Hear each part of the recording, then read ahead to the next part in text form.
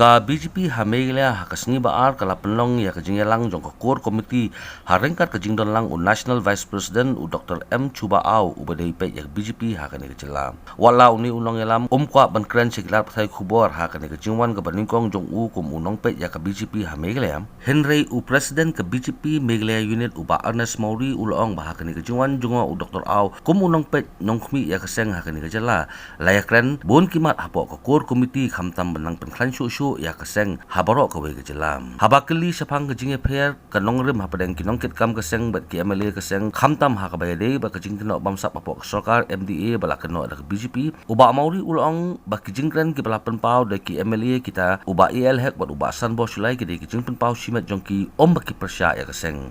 Ula kamru babaro KA ki bala yakren ki lapoi sya kejinge sungthu bat baro KA kin biang bat keseng kedon kejinge teli bat omdan kanu kejinge per jingmun. We have the confidence. We are together. Both MLA also attend the core committee meeting, and all the core committee members also were present, and we have discussed thoroughly, and everything will be resolved. No, actually, they have given their own statement. It is not like they are against the party decision. That is just a personal statement of Ba Sanbor or Bahek. Very much united, and all the decision has been taken along with the party leaders and with the MLA. That's why we have taken up the issues.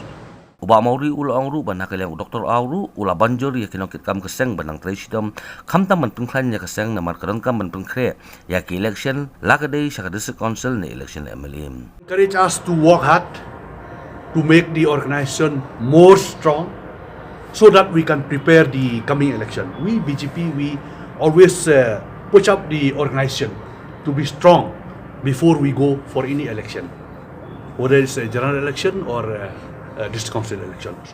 Halor kejing ong menteri ramba benrap kejela baki BGP kala ban mi no larakam somon bandang don bak sarkar MDA uba Maury ulong baki BGP sengkemi na Delhi kan sasim ya karai halor kani na markinong ilam ke BGP sengkemi ru kilawan lang sa meglia hakapor bathaw ya sarkar MDA hadin ke election MLA house nam arja khapram Taken by the central leader.